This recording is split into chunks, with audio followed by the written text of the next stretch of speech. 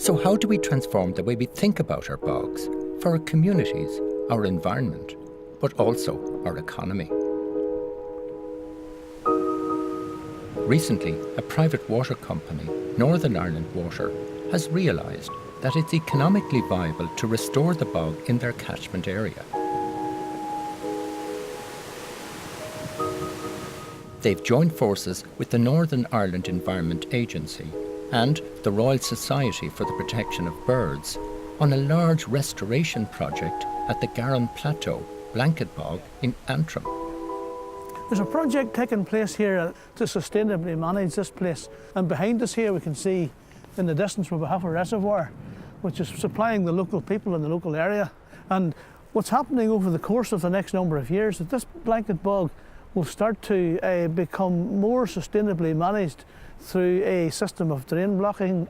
Sustainable grazing means that the bog's functioning just as it should be, both for the provision of drinking water but also as that home for nature. Right.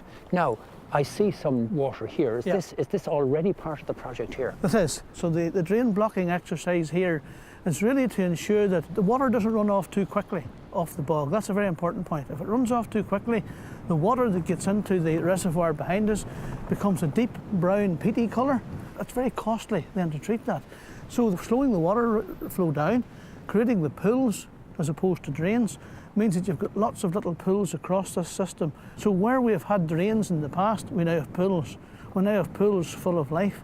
We now have sphagnum moving in, and we have the bog forming around the edges of those pools. So the whole thing's functioning, and it's slowing that flow rate, that water flow rate right down. So that by the time it gets to the reservoir, it should be in much better condition. This was one drain running all the way down here, and now you've got all these deep pools formed. Right. And when you get the peat holding the water back, you get the sphagnum starting to move in. Right. You've got So this is an example of it here, yeah? Yeah, you can see some sphagnum moving in. Yeah, okay. Just along the very edges, up along here. Right. It's just starting to come yeah, look through. here. This is all sphagnum here, isn't it? See this here? Yeah. Yep, the sphagnum starting to come through. We're standing on sphagnum here at the moment. There, yep, yeah. yep. And if you squeeze that now, Yep, it's all water. that's right. And that's the important thing. That's what it's all about. Further down, you can see evidence of drainage ditches dug for forestry. You can tell just by looking at them that they're having a negative impact on water quality. So the drain there, and we've taken some water samples from it. It's really discoloured, so when the water flows quickly through the peat, loose organic material is dislodged into the water, and it is released as dissolved organic carbon. That's really And you brown. can really see, the colour of it. So this is like a degraded bog then? Yes, exactly, yeah. And this is really fine particulates? Yeah, is so it? fine. So Dissolved. even if you filtered that, I mean, it's still going to be brown. Right. So, and then whenever, obviously, they have to treat the water when it's gone into the reservoir, it's so costly to treat. Really? Yeah, absolutely. And then probably it needs more chlorine when you actually... Exactly, and then obviously you've got, your byproducts, which are toxic. Right. So this is really damaged bog, isn't it, from drainage? Yeah, yeah. Yeah. So what else have we got here? So we've also taken samples from active bog. So you can see here that it's really good condition. It's quite clear compared to that brown one. We've taken that from an intact area, so it's been left untouched. It's in good condition. So when I look at this one now, that's a massive difference. They're completely different, aren't they? Really huge. And I suppose all of that sediment, that peat that settled on the bottom, if I turn this up and just shake it around, look at the difference. Yeah, it's almost black, isn't it?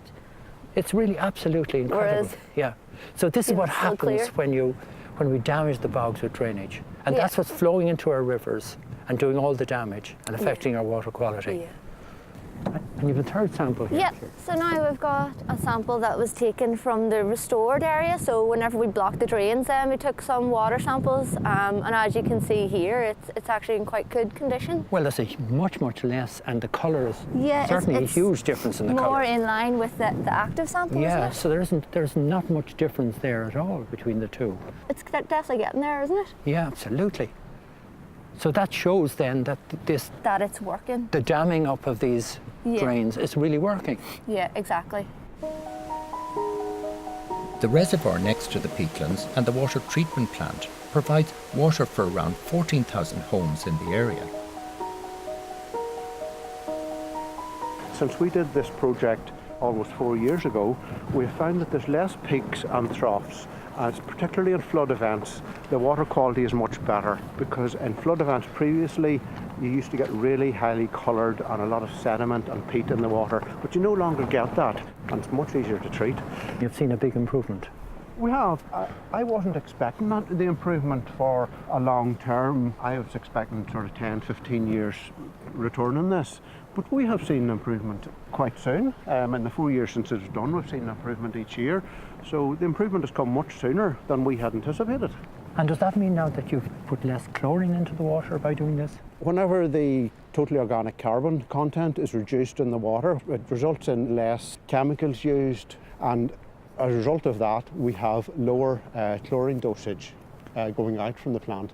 So we no longer have a THM problem in the plant, and the water quality is going out at a very high standard. So really there's multiple benefits in all of this blocking of the drains and the bogs. Absolutely, absolutely. It really improves in all aspects, both up in the bog and for us in the treatment and for the consumer as well, because you don't have the THM problem either.